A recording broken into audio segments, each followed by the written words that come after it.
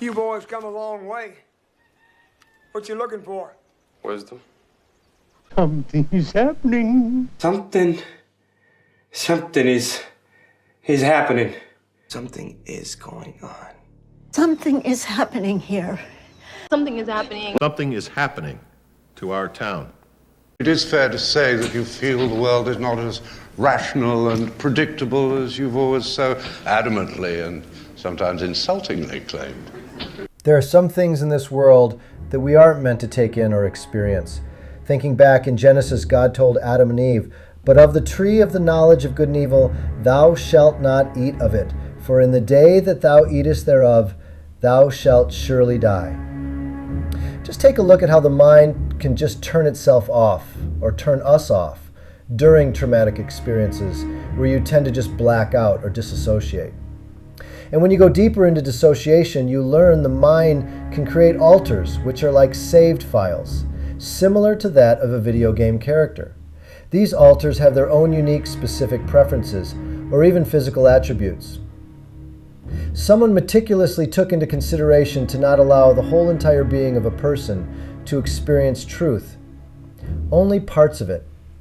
I speculate that this protective mechanism is really a control mechanism coded within us to keep us slaves and unaware of the truth, that we are in fact in a matrix simulation. Sleep now. There are some people in this world who can see the truth and experience patterns of consistencies and inconsistencies, which I call glitches in the matrix, that most people are not aware of. The system installed an application into the people's mind. They created a firewall to block the truth using the education system. It is in the language, literature. They set up entrapment tactics for those who know and try to speak about their experience. They'll say you have a mental illness. They'll label you a paranoid schizophrenic. People will call you crazy. They will isolate you, put you on heavy medications to break your mind and eliminate you, all to keep the truth hidden. What if what they call syndromes are really truths being covered up right before our eyes?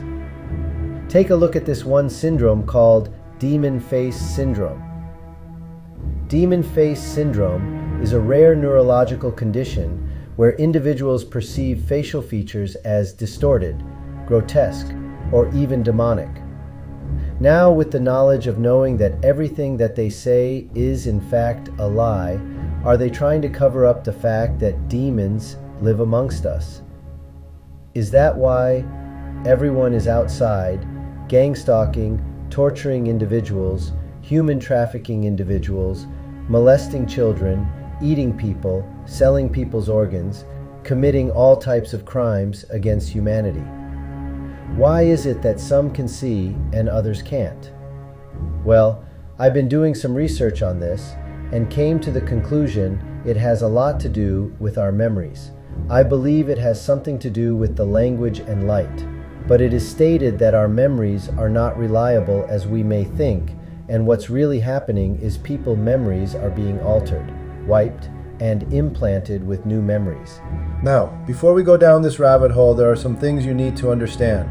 Before we step into this, we must first understand that it is levels, planes, dimensions, realities of understanding. So that means there are things or beings that reside on the side of that which you don't understand. The other side.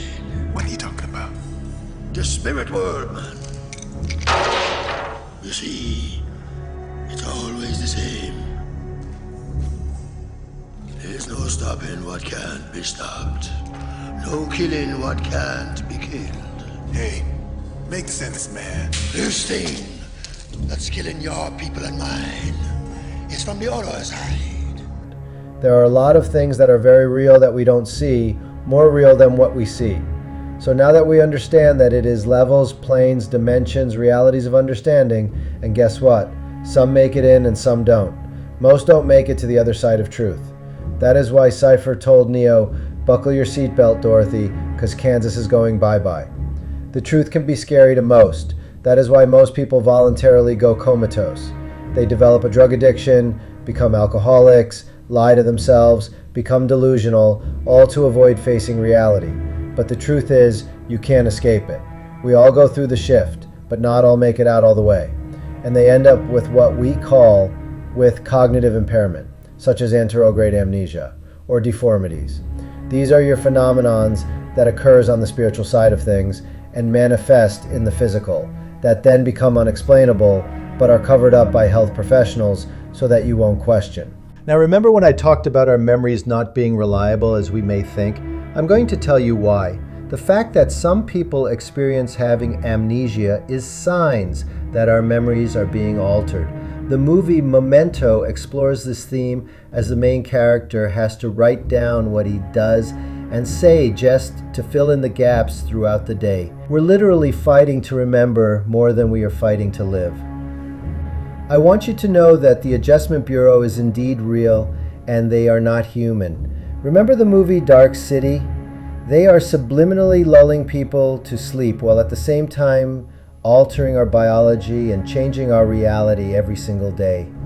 Gangstalking is one thing, but this is another. Now some people are able to see the changes occurring in real time. This is where the Mandela effect comes from. They notice every little detail and soon figure out that the devil is in the details.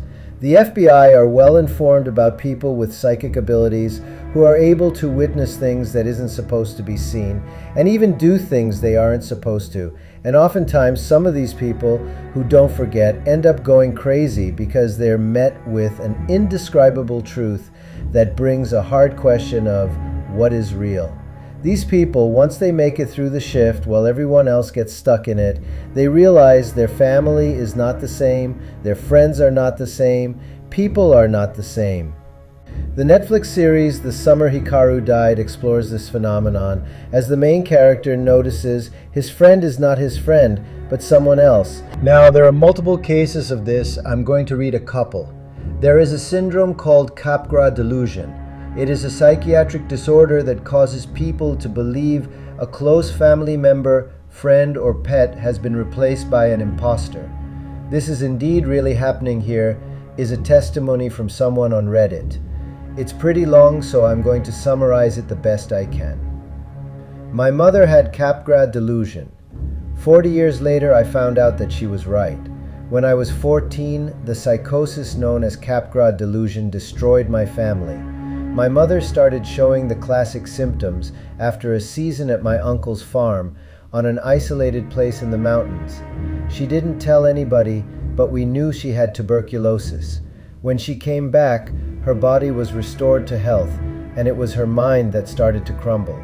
She strongly refused to be in any room that my father was in, and screamed at him, absolutely sure that he was a look-alike, a double, a demonic doppelganger even. She claimed he was missing a tiny scar between his left ring finger and pinky.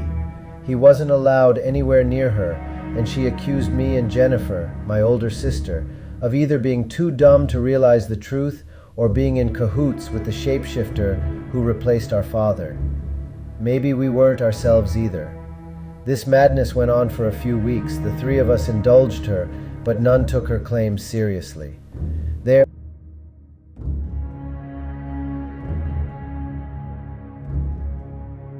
But as I came to find out, that's all bullshit. There's a truth out there that's way more terrifying.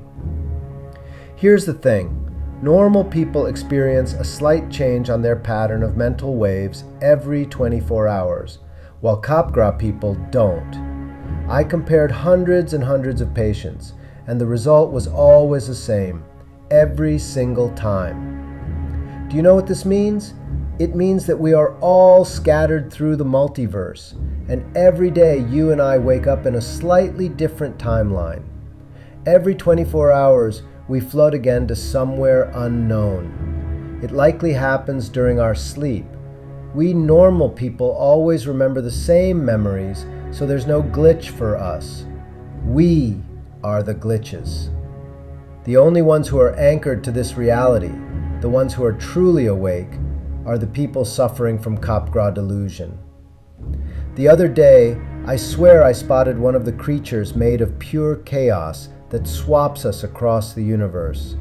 A tall, white, arched figure with no distinguishable features except for a long nose or horn in the center of its long, perfectly oval head. In the darkness of my room, its bone-like whiteness almost gleamed, and I felt it reaching out for me. Its cold touch felt like rubber. I wasn't exactly afraid, just apprehensive, and suddenly had that annoying feeling that I was forgetting something I shouldn't. The mental illness we call Capgras is simply suddenly being able to peek into the true nature of the universe. Maybe they can even see these creatures as we, blind and helpless, are thrown around like a rubber ball. So I finally am confident that I have my answer. My mother didn't try to murder my father because she was crazy. She did it because she was a simple-minded woman who knew that everyone around her had been replaced, and the only explanation that her poor brain could come up with was that it was the work of the devil. The human mind isn't meant to see the universe how it really is. Most people's memories are replaced. Everyone changes realities, people remembering different, slightly altered things. I can't help but think about the movie Enter the Spider-Verse, where you have multiple Spider-Man's different variations that people know to be true or real, then you have the one main one that makes it through the shift and witness these other alters that people believe to be true. There was another cases where a mother left her husband and children, stating that they weren't real and are imposters. Is it a coincidence that this game called Imposters was released and became popular overnight? There was also another case where someone didn't make it through the shift and got stuck. He go by the name of Kurt Strubing. On March 9th, 2005, Strubing was killed while crossing a swing bridge in Seattle, Washington. His car and about 3 other cars stopped at a barricade on the bridge, which was open to let boat traffic go through the Duwamish waterway. Witnesses report that his car suddenly pulled out of line, burst through the stopped traffic, and ran through the barricade, falling 60 feet to his death. In April 1986, Strubing was accused of killing his adoptive mother with a hatchet and scissors while on drugs. He claimed that he thought he was a robot. He wanted to open up his mother to see if she was a robot also. He was charged with second-degree murder and was sentenced to 12 years in prison.